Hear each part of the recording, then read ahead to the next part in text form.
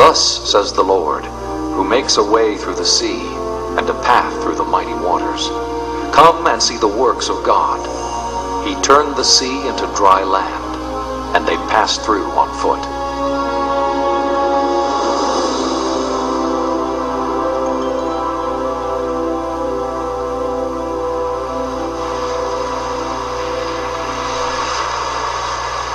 While the existence of an underwater ridge stretching from Nueva Beach to Saudi Arabia may make it easier to understand how the Israelites could have crossed the Aqaba Gulf, it does not explain the actual parting of these waters in the manner described by the writers of the Exodus account.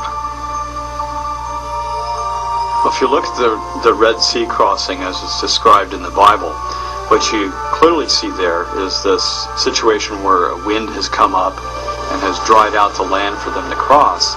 But then there's this element where the waters have formed a wall to the left and the right of the Israelites as they pass through. And they say that 2 or 3 times, so it's quite clear in their memory that the waters were like a wall.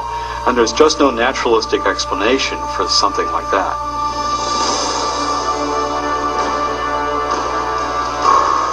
For those who accept the idea that God could have divided the Red Sea by performing a miracle, the lack of naturalistic explanation poses no difficulty. Scholars, however, have generally assumed that miracles are impossible because they violate the laws of nature. As a result, any document based on a miraculous event must be historically unreliable. This reasoning, though widespread, is not without opposition. C.S. Lewis believed that miracles are acts of God, and therefore entirely possible if there is a God to take action. If you assume that God doesn't exist, then miracles are impossible, of course. But if God does exist, then there's the possibility that miracles could have occurred. So when we're looking at the events in the Bible like this, we have to be objective when we come to the evidence. We have to look at the data and say, is it really clear enough that a miracle might have really occurred here? If we objectively look at the evidence then, and it really seems to lead in the direction of something miraculous, then we need to be open to that. After more than a century of research, where does the body of available evidence for the Exodus now lead?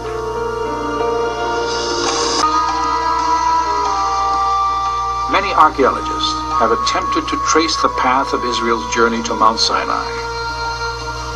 The routes they have most frequently proposed have yielded little or nothing in the way of actual confirmation.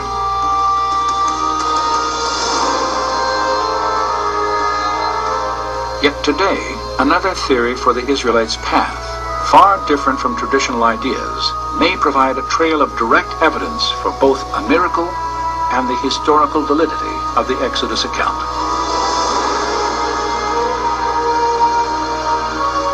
Beginning in northeastern Egypt, Egyptian records and archaeological excavations document the presence of a Hebrew slave population several centuries prior to the probable time of the Exodus.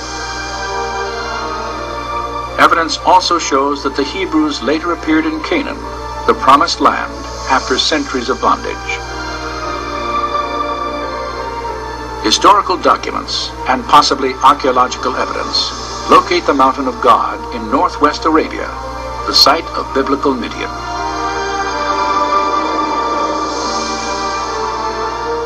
And a trade route leading to Midian, intersected by a system of riverbeds terminating at the Aqaba coast, matches biblical and historical descriptions of the Israelites' path to the Red Sea.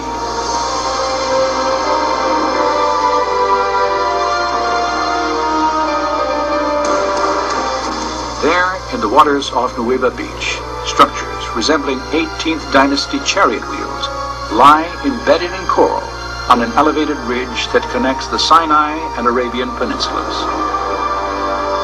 Well, a good scientific theory explains a lot of evidence very simply and coherently. And there's a pattern that's coming out of this evidence that really suggests that the biblical record has a lot more historical content to it than what scholars have been willing to grant in the past. The scriptures tell us that nearly 3,500 years ago, God parted the waters of the Red Sea and led the Israelites to freedom. Did it happen here? Did it happen at all? Is the biblical description factually accurate?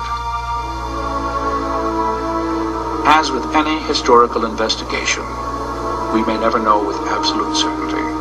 And so, perhaps belief in the Exodus will always require a measure of faith.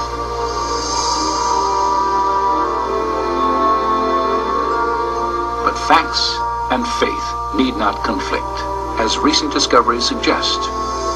For history and archaeology have now uncovered compelling reasons to reconsider the extraordinary claims of the Exodus story.